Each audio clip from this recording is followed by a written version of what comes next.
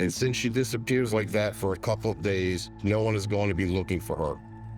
I already took 2 baths when I got to her house, and I bathed this morning. Did you see blood? I had it all over the clothes, but without the evidence, they can't do nothing. If something happens, no one saw the bag.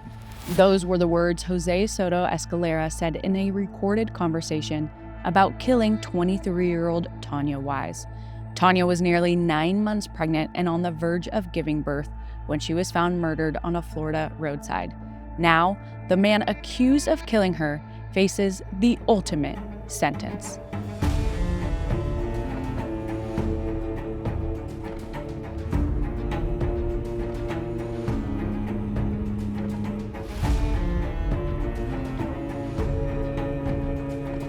Hi, I'm Katie Ring, true crime analyst, self-defense instructor, and fierce advocate for victims. And this is Crime House Daily, your weekday true crime companion, a Crime House original powered by Pave Studios. We follow the cases making headlines now, where justice is still unfolding. This is a Night Watch episode bringing you today's biggest crime stories. Don't forget to subscribe to my YouTube channel at Crime House Daily so you never miss an episode. This episode discusses active criminal cases and breaking news. The information we share is based on what's publicly available at the time of recording and may change as new evidence comes to light. We aim to inform, not to decide guilt or innocence, so everyone mentioned is presumed innocent until proven guilty in a court of law.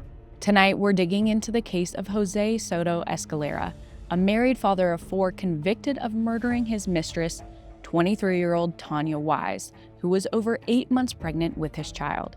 In late September, a jury decided in an 8-4 vote that Jose should face the death penalty.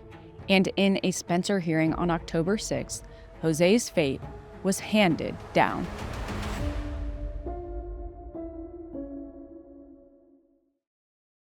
Our case tonight takes us to St. Lucie County, Florida.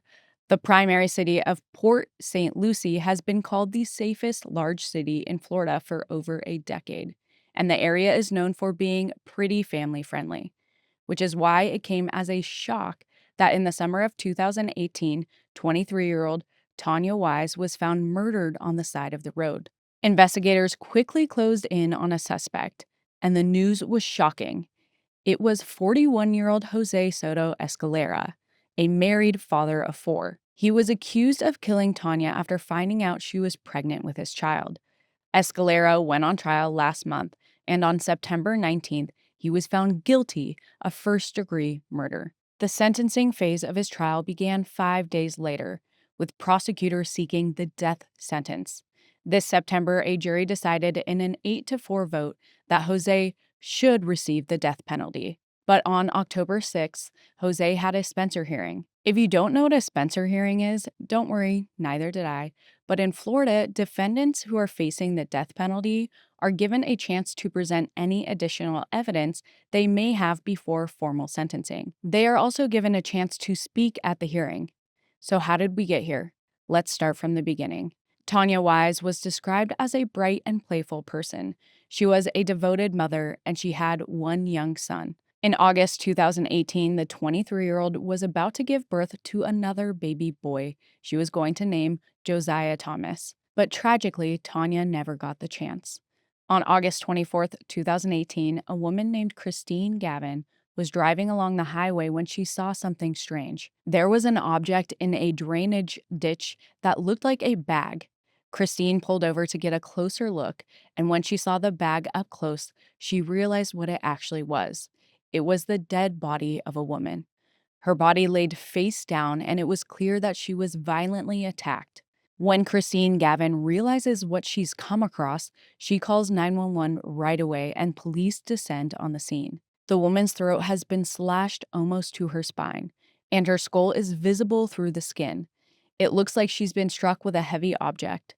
There's vomit near her face, and her hand was still clutched around a clump of grass. They also find a condom near her body, and an autopsy later revealed that she had trauma to her genitals as well. It doesn't take long for the police to confirm that the victim is 23-year-old Tania Wise, a young mother who was 8.5 months pregnant. When the coroner's report comes back, they determine that her cause of death is blunt force trauma to the back of the head and sharp force trauma to the neck. They also conclude that Tania's unborn baby died just minutes after she did. The police in St. Lucie immediately launch a murder investigation. And fortunately, the same day, a pizza shop owner named William Mullen comes forward with a key piece of evidence. He said that on his way home from work, he noticed something suspicious along the same stretch of highway where Tania's body was discovered. A truck was slowly creeping down the side of the highway with its lights off. At that moment, William didn't stop to investigate, but he knew something was off. Because why would a truck be driving that slowly in the dark? It's almost like the driver was looking for something. When William drove past that same spot the next day, he noticed that it was cordoned off and he realized that the truck he'd seen the night before may have been involved in a crime. William notifies the police and they agree that it is a solid lead. It's likely that whoever was driving that truck was probably getting rid of Tania's body. But without a license plate number or any real identifying information, the evidence isn't enough to zero in on anyone right away. So police start looking for more leads. And if you follow any police case, you probably know that the first suspect is always the romantic partner. When women come to my self defense classes, they usually think that the person most likely to hurt them is a stranger in a dark alley. But the sad reality is that 60% of women who are murdered by a romantic partner or someone they know. The pregnancy is also a factor they consider, because two other terrifying stats are that one of the leading causes of death for pregnant women is homicide, and that 1 in 6 cases of domestic violence start during pregnancy. So, for obvious reasons, one of the first people they look into is Tania's boyfriend, Bradley Rodriguez Jr., and they learn that Tania's mom does not like him because he was allegedly abusing her daughter. Although she never saw Bradley lay a hand on her daughter, she knew he had threatened her, and she did not like the way he treated her. She let Bradley move in with her and her daughter in 2013, but it didn't last long because she kicked him out shortly after. This was a little over 5 years before Tania's murder. And although I always encourage women to make a safety plan and escape abusive relationships as soon as it is safe to do so, it can be incredibly hard to leave. And at the same time of Tania's death, she and Bradley were still together. However, Bradley isn't the only man who pops up on their radar. Tania was also seeing a guy named Mark Burke. They get DNA samples from both of these men, along with Tania's pimp and a man who gave her a ride the night she died. But the results come back, and none of these men are the father of her unborn baby. Although this doesn't necessarily rule them out, the investigators keep digging until they land on a man named Jose Soto-Escalera. When the police first question Jose, his connection to Tania seems relatively innocent. Jose is a married father of 4 who Tania met through her boyfriend Bradley. On occasion, Tania would even drop her son off to play with Jose's kids, and he would help watch him. During Jose's initial interview with police, he appears to be shocked when he learns that Tania is dead. He's cooperative and agrees to a DNA swab, as well as a search of his truck. And remember, the night before Tania was discovered, someone saw a truck driving slowly with its lights off in the same area. Jose says that Tania has been in the truck once, but insists that their relationship was limited mostly to interactions around their kids. According to him, they were never closely involved, and he said they definitely didn't have sexual relations. In that initial interview, he points to Tania's allegedly abusive boyfriend, Bradley, as a possible suspect. But then DNA results come back, and the data tells a completely different story. In true Jerry Springer form, it turns out he is the father, leaving investigators asking why he would lie about his relationship with Tania. So they start uncovering some new evidence, and each piece is more incriminating than the last. After 23-year-old Tania Wise is found dead in St. Lucie County, Florida on August 24th, 2018, police zero in on the culprit. They think her killer is 41-year-old Jose Soto-Escalera. When they initially asked Jose what his relationship to Tanya was, he claimed they were just friends and he'd sometimes help out with her kid. But a DNA test shows that he is the father of her unborn child, a child who was also killed when she died. And when authorities keep digging, they learn that Tanya was supposed to meet with Jose the night she disappeared. They also find surveillance footage from Tanya's neighborhood showing a truck similar to Jose's driving down her street at 8:26 p.m. on the night she died. Police pull his cell phone records and find that he'd called Tanya 1 minute earlier, which solidifies the witness's statement and places them together on the night she was killed. And according to a witness from his past, Jose also had a history of violence. As the police investigate his background, they speak to someone who tells them that 25 years earlier, in 1993, Jose had shot and killed a man in Bridgeport, Connecticut, but he was never caught because someone else had been arrested. But by the time prosecutors realized that they had the wrong person and identified Jose as a real suspect, the 5-year statute of limitations had already passed, meaning Jose may have gotten away with taking someone else's life, and it wouldn't be his last. One of Tanya's friends, a woman named Cassie Adams, swears that Jose knew Tanya's unborn child was his. According to Cassie, he had tried to pay Tanya $500 to get an abortion. Tanya took the money, but she decided to keep the baby. Cassie also says that Tanya gave the money to a former boyfriend, and when Jose found out, he was allegedly furious. He told a confidant that Tanya was blackmailing him and that he felt trapped. Remember, he already had a family of his own. According to witness testimony, this was when Jose began actively making plans to get rid of Tanya, including a conversation where he tried to procure a possible murder weapon. In August 2018, shortly before Tanya went missing, Jose approached one of his coworkers named Kenneth Barron and asked if Kenneth could help him get a ghost gun, which is a weapon that cannot be traced. Kenneth brushed him off and told Jose that he didn't have anything illegal to sell. He never asked what Jose wanted it for, but prosecutors said that it's proof Jose was planning Tanya's murder. That isn't the only evidence of premeditation either.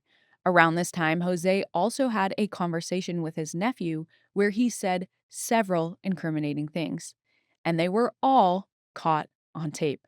Jose and his nephew, Eric Alvarado, worked at Waste Pro, a garbage collection service in St. Lucie County, Florida. The company's trucks are equipped with cameras and microphones to monitor activity in and around the vehicle.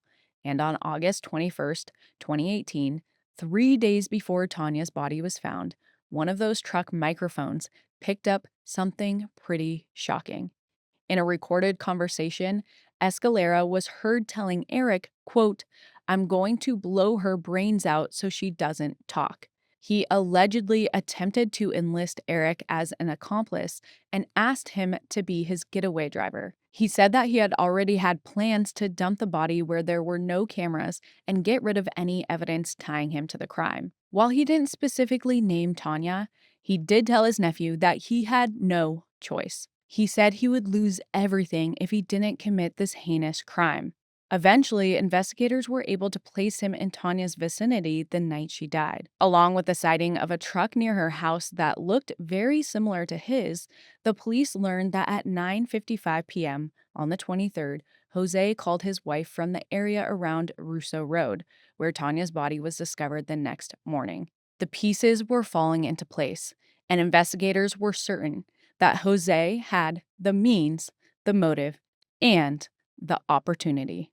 On August 28, 2018, 4 days after 23-year-old Tania Wise was found dead, police obtained a warrant to search her home, but they couldn't find any evidence that implicated a specific killer. They also got a warrant to search 41-year-old Jose Escalera's truck. Roughly 1 month after Tanya and her unborn child were found dead in a drainage ditch, police believe they now have enough evidence to move in on their killer. On September 21st, 2018, law enforcement arrived to arrest Jose for the murder of his mistress, Tanya. Jose is armed with a handgun when the police show up, but he ultimately goes quietly. Assistant State Attorney Jeffrey Hendricks calls the murder cold, calculated, and premeditated, and confirms that his office intends to seek the death penalty against Jose. 7 years later, they finally got to make that case in front of a jury. Jose's trial started just last month on September 15th, 2025. Prosecutors presented all of the evidence to prove Jose murdered his mistress in cold blood after getting her pregnant in order to hide their affair. And apparently, Jose appears to still be married. But on the flip side, Jose's defense attorneys pointed to other abusive and dangerous men in Tania's life to show that someone else could have killed her.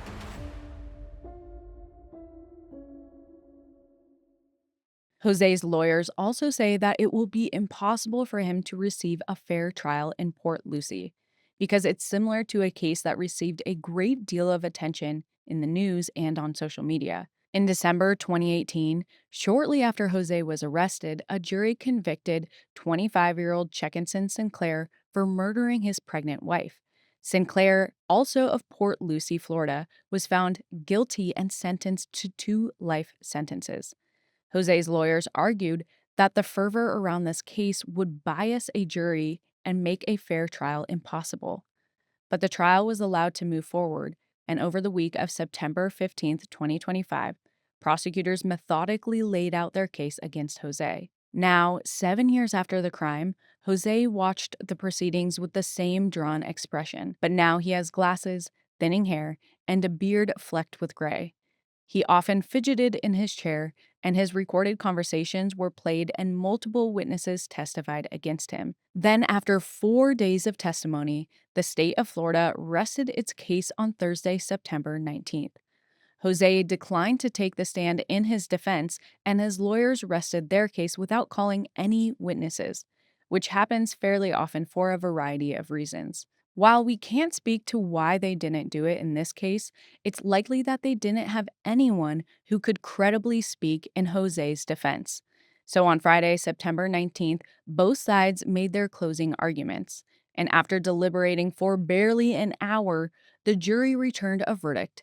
They found Jose guilty of first-degree murder. The sentencing phase of his trial began on September 24th. With the prosecution seeking the death penalty, the stakes were high. And on the 25th, a jury recommended that Jose be put to death in an 8-4 vote. That means Jose had to go on to a Spencer hearing, which, if you remember, is a hearing that lets defendants appeal directly to the judge after the jury has recommended their sentence. On October 6th, Jose's fate was decided. He was not sentenced to the death penalty. Let's not forget the victims in all of this. Tania Wise and her unborn child suffered gruesome ends, and we can only hope that her family is given their time to grieve. We're keeping a close eye on this case, so as always, we'll give you any updates as they come in.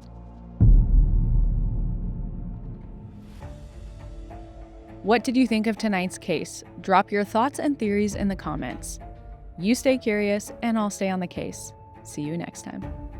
If you haven't already, subscribe to our YouTube channel at Crime House Daily and follow us on social media at Crime House 24/7 for real-time updates, because the pursuit of justice never stops.